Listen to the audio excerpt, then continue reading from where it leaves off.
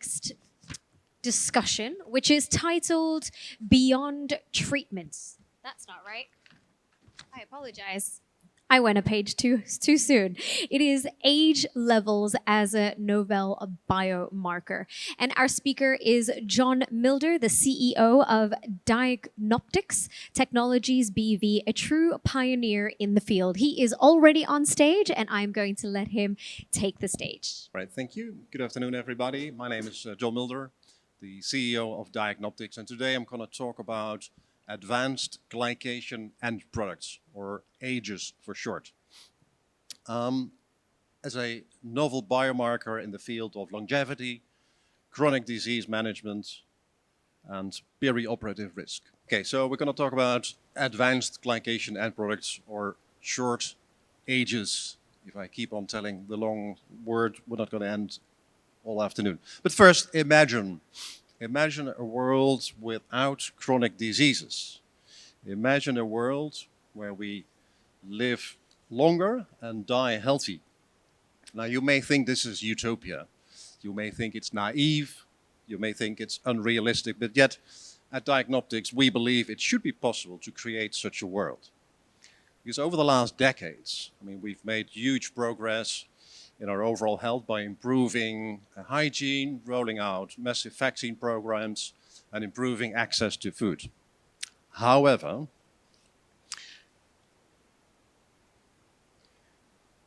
the outlook is not very positive, I can assure you.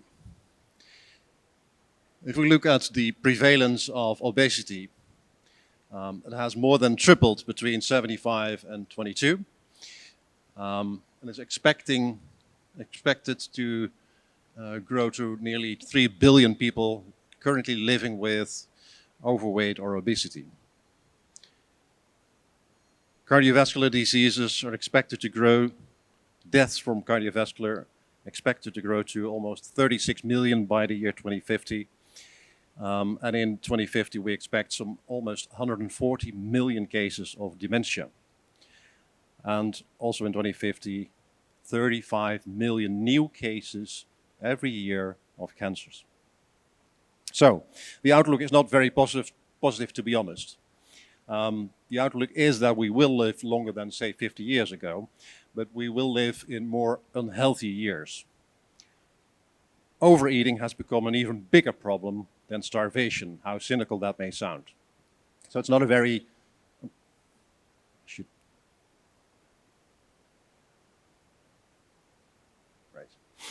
So how cynical that may sound, that overeating is a bigger problem than starvation. So what should we do? What can you do? Let's have a look at lifespan versus health span. And I believe, as a society of medical professionals, we have the obligation to do something about it. We should be looking at improving the portion of lifespan in good health. And let's first look at some causes why that is going on. One of the things is inactivity. The WHO regularly monitors the trends in physical activity, and a recent study found that almost 1/3 of the world's population are physically inactive. And they expect that trend to be growing, that 35% of the world's population is inactive by 2030. Another big factor is dietary habits. Sugar consumption, per capita consumption, has skyrocketed over the last decades, but that's not the only thing. Ultra-high processed foods are another key driver, since they drive inflammation and affect the gut microbiome. Estimates are that 80% of what you can buy in supermarkets is not healthy food. So you might think a world without chronic disease is indeed utopia. So what can we do? Let's first zoom in to better understand the phenomenon that I mentioned, these AGEs, advanced glycation end products. What are they? It all starts with sugars. Sugars, depicted here, reacting with proteins. That is basically what is happening, and that is a process that happens outside the body when you're cooking. This nice little crunch on your steak, full of ages, but that process also happens inside our body. On the left, you see the pathway. So in the number of steps, this reaction is taking place, and ages are formed. And then when they are formed, they cross-link to your tissue. And they make that tissue less flexible. They harm that tissue. Tissue will lose its function. And the monitor is losing its function as well. And ages develop more rapidly under the influence of oxidative stress and chronic inflammation, for example. But in turn, ages induce oxidative stress and inflammation, leading to a vicious circle. Ages build up slowly over time, adding to the damage, but they are also very difficult to get out of the body once they are cross-linked to your tissue. So you could say that your age level reflects your metabolic history. So let's look again at chronic diseases. And basically, ages are the linking pin between many chronic diseases. And we're talking about diabetes, we're talking about cardiovascular diseases, we're talking about leaky gut, we're talking about Alzheimer's, we're talking about renal failure, and we're talking about cancers. Not all cancers, some cancers. So ages do indeed play a critical and important role in microvascular complications by cross-linking with extracellular matrix proteins, altering the elasticity, structure, and function. It affects the blood tissue barrier breakdown.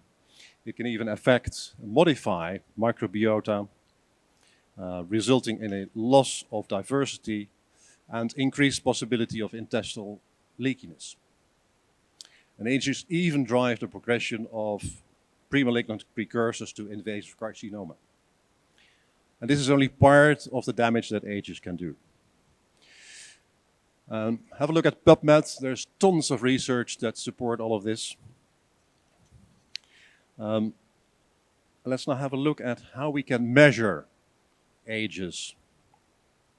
There's only one positive characteristic of these substances, and that is they are fluorescent.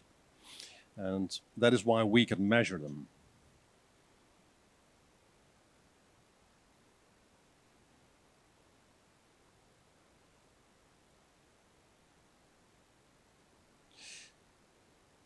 So, oh, that was too soon.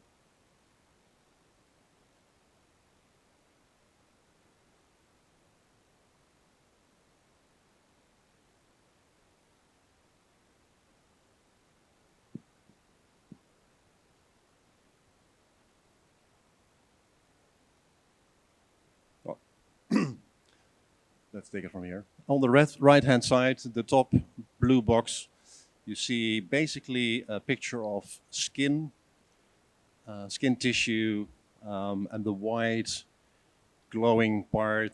Those are these ages that I've been talking about, the fluorescent signal. Now you can measure ages in various ways. You can measure them through blood serum,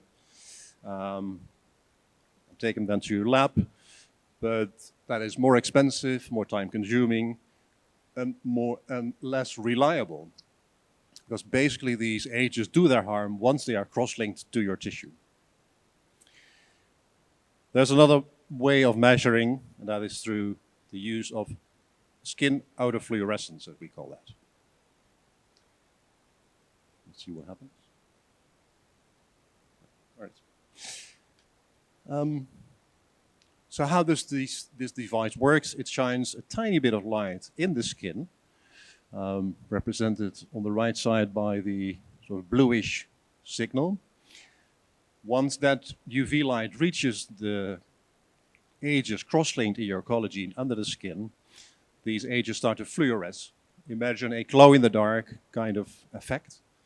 That fluorescent signal is picked up by very sensitive sensors inside the device. And that is how we can measure the level of ages. Again, here you see on the left side of the blue graph the light that is been shined into the skin with a wavelength between, let's say, 320 and 420 nanometers. And then you see the fluorescent signal on the right. There you see the yellow line and the red line. The yellow line is for a control group that did not have diabetes, and the red is the average line of diabetes patients. And what you can clearly see is that, on average, diabetes patients had a higher level of AGEs in their system.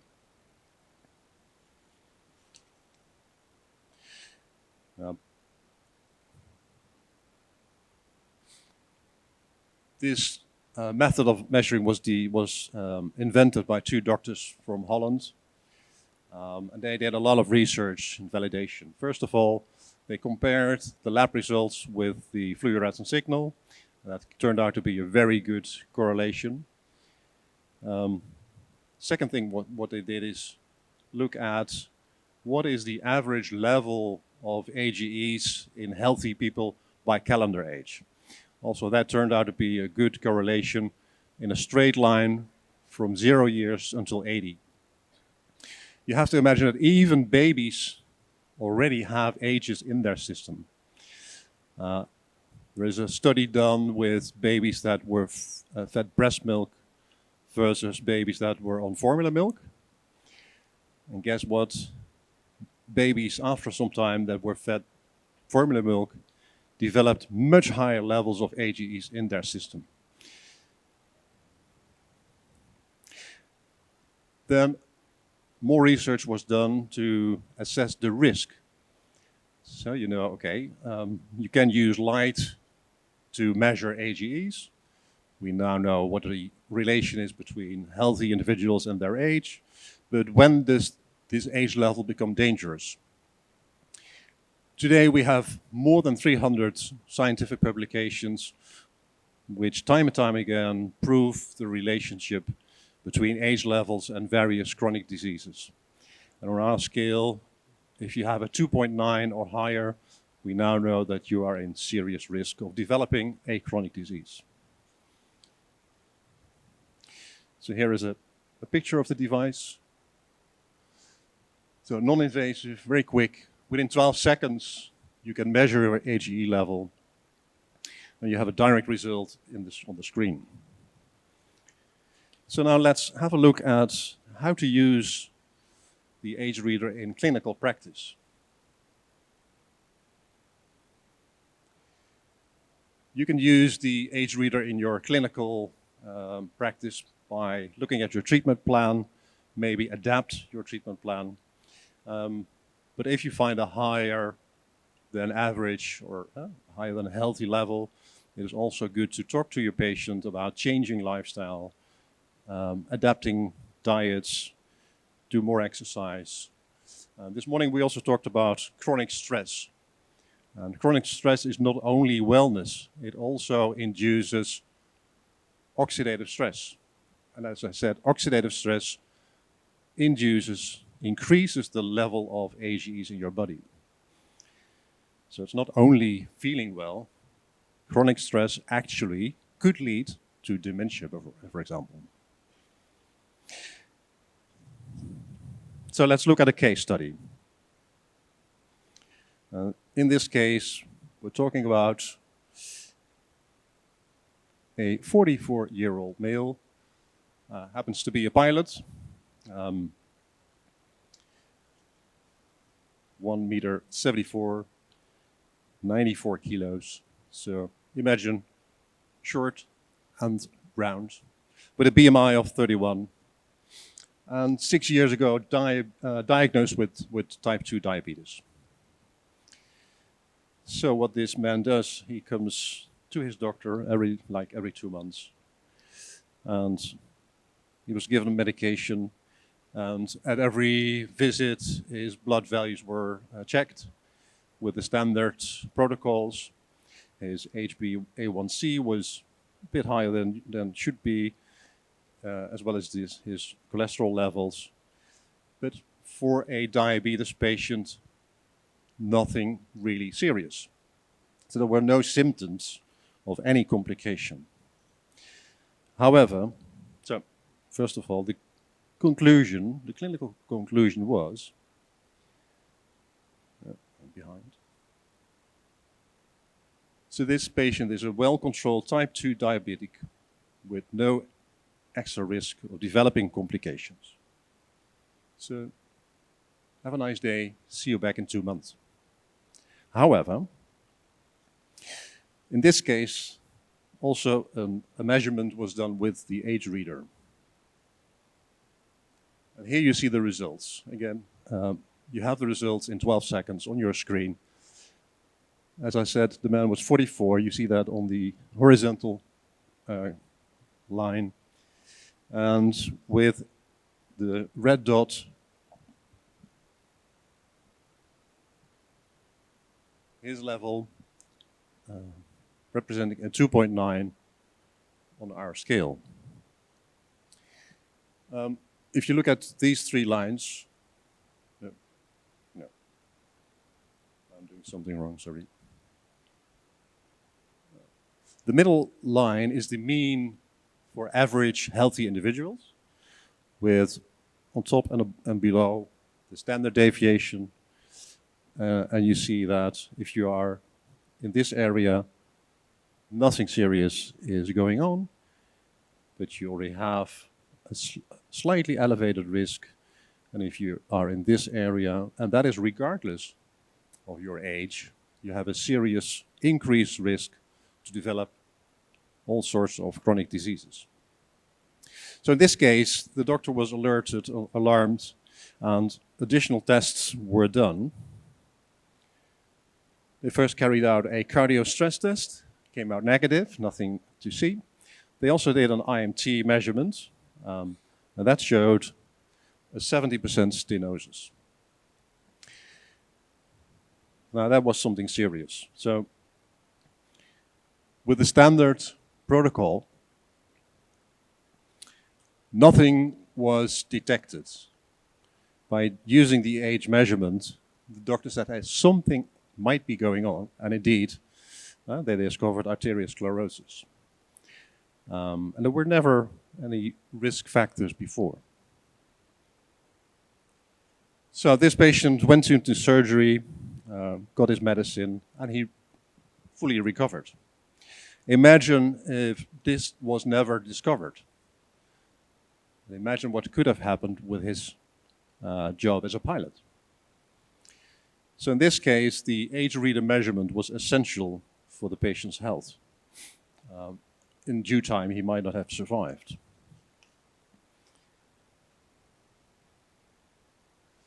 So how can you use the measurements of the age reader? First of all, indication of complications in patients with known conditions, like in this case diabetes. You can surely use the device for prevention because, like I said, it is a sort of early warning system. You may not feel anything, you may not have any complaint, yet your age level may be higher than is healthy for you. That is a serious indication that you might develop any sort of chronic disease. And there's also a very interesting use case for perioperative risk. We know that age levels are associated with frailty. So we have seen some studies in that area already. We will conduct a study in the US, specifically for same-day surgery in the perioperative risk area.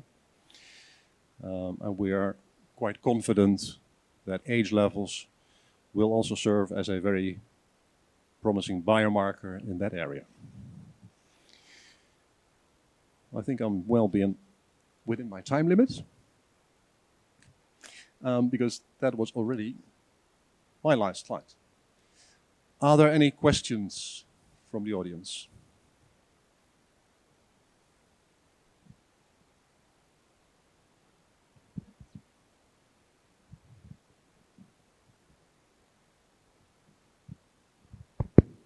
Okay, thank you for a very wonderful talk. I'm Dr. Koto Oshima. I'm a neuroscientist from Japan. And I'd like to ask you about what should we do next after AG levels are high? Are there any routine tests?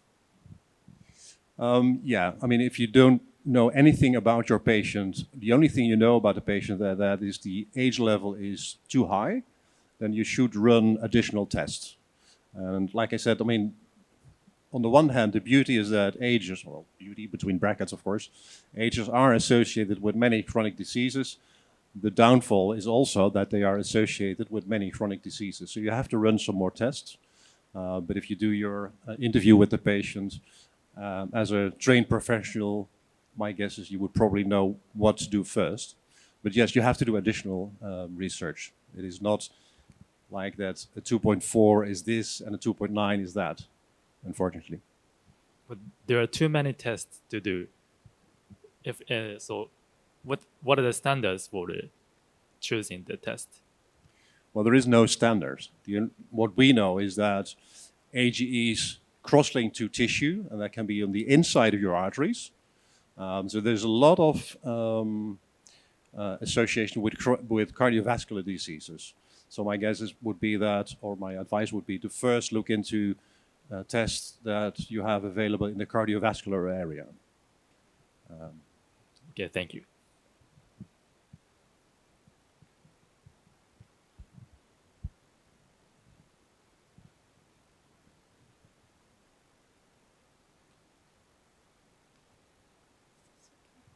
Thank you for your presentation. So I think if I have a high level of ages, that means something is wrong, you know. And as I'm just adding to his questions, so if we believe that we have high ages, we have to screen for everything, then try to pick up something. So what if, like, for example, the patient is having diabetes and he should be screened for macro and microvascular complications? And what if these complications is not related to the high ages? So I do believe it's something like just not non-specific. So why we should go and do measure the ages? Right. What we do know with patients, diabetes patients, if they are uncontrolled, they will develop a higher age level because of the excess blood sugar levels. And we know that higher age levels are associated with all the complications that we know from diabetes. And these are too many to mention even. So if you have a diabetes patient with a serious high level, yes, you should run extra tests to rule out and to find the complication that might be underlying. Yes, thank you for your answer. So maybe I think I can link these ages to something called the metabolic syndrome. Absolutely. Yes, because metabolic syndrome is a collectively of so many diseases together, like having diabetes, having cardiovascular diseases, and it's all linked also to your diet. Absolutely. So we can say by having this metabolic syndrome, by measuring, for example, your waist circumference, you will discover that you will always go back to change your lifestyle, and part of it is changing your diet and controlling your sugar level. Is it like that? Absolutely. Thank you very much. You're right on spot. I mean, we know that lifestyle contributes a lot to the formation of ages, starting with your diet. And it is not only the amount of sugar and carbohydrates you eat, but it's also how you prepare your food. If you prepare your food on the grill with high levels of dry heat, especially, that will induce the age formation in your food.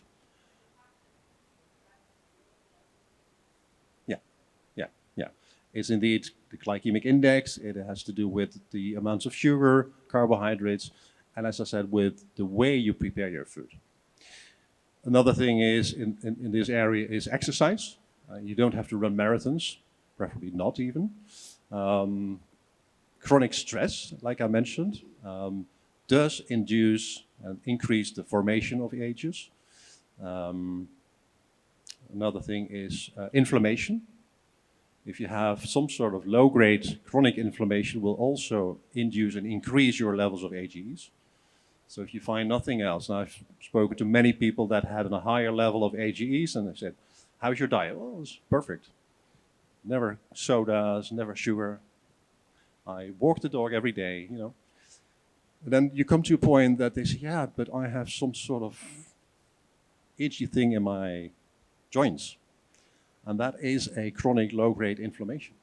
And that may be the cause of higher AGE levels. My name is Abdullah Al-Ghamdi. I'm from Saudi Arabia. I'm a healer. You know, healer and doctor, there is... I have question, I never get the answer. Now somebody has diabetic. Normally they give him either injection, insulin or something to increase the insulin in his body. My question, what is the problem in the pancreas? How we can fix it?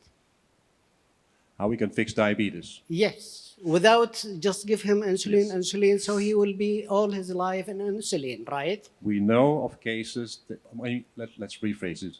We know from practice and from literature, we can reverse diabetes. Not the number 1, but the number 2 can be reversed. And again, that has everything to do with your lifestyle. Has everything to do with what you eat, how much exercise you take. And then we know from practice, from literature, that you can reverse diabetes. So obviously that would be my advice. How? Eat much less carbohydrates, ban all the added sugars in your diet. Don't eat cookies, don't eat desserts, cut out all sugars and carbohydrates, do more exercise, and then it is possible to reverse diabetes. I have diabetes more than 40 years. I learned the alternative medicine in 6 years now. More than 1 month and a half, I stopped all medicine. Just food and some practices. I do exercise, and my blood, whenever I test it, 6.2, 6.36. So I feel I'm on the good side. Okay. So I think the problem is our food. The most that's caused this problem. The sugar, I stop sugar, never eat sugar. I eat fruit, I eat whatever, but sugar to the coffee, to the tea, to whatever, I stop it. I feel more than a month and a half maybe now, my sugar, it's okay. Last night, I've been sweeting. So I test the sugar, I found it in grams 66, I think 4 point or 3 point something. So I eat sweet last night. So I think from the practices, people, food, especially food, that's our problem. Our problem is in the stomach. Yes. I couldn't agree more with you. Okay, thank you very much. By the way, I have the device with me, so if you want to test on AGEs, you're more than welcome. Yeah. All right. All right. Any more questions from the audience? In the back.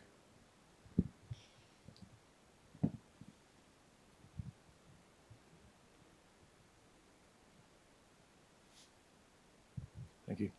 Clint Steele from Australia. Apologies if you actually mentioned this in the presentation and I missed it. Given that it's such an easy test to conduct and the general insights it can offer, it seems to be an excellent ongoing measure. So you maybe do it every 6 months or something like that. If you see a sudden change, then look at what's happening. That would help early when people are saying, well, what do you look for? If you're tracking it regularly, then you can link it back to changes in lifestyle and things like that. If you did mention that, then a summary would be great. If you didn't mention it, have you been looking at encouraging that kind of use for something like this? Yeah, I mean, I did not mention it, so thank you for bringing that up. And that is a very good use of the device. As I say, I mean, you can adapt the treatment plan with medicine, increase the dose, change your medication, etc. But I think it's maybe even more important to give advice on dietary changes, etc. And then with whatever intervention, let's check again after 3, 4, 5, 6 months and see how it goes. What we do know is that ages build up slowly. So if you had a rough night last night, don't be afraid, that has no impact at all. But if you party every night for the next years, you will see an increase in your AGE level. So yes, you can do a base measurement and then like every 6 months measure again and see what happens. But be careful because there are so many processes that influence the formation of ages. If you single out just one thing, you always have to be careful. If the diet was adapted and followed precisely, was there not something else that also induces the formation of ages? For example, chronic stress. But thank you.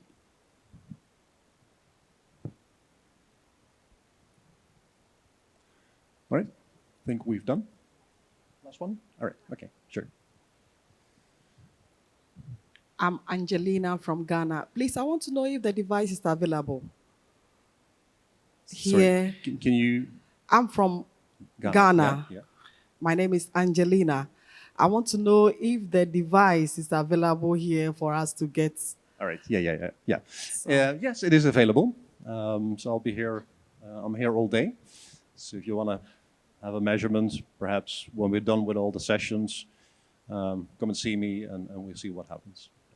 I must say one warning, and that because we work with light, the machine, the device has some trouble with dark skins.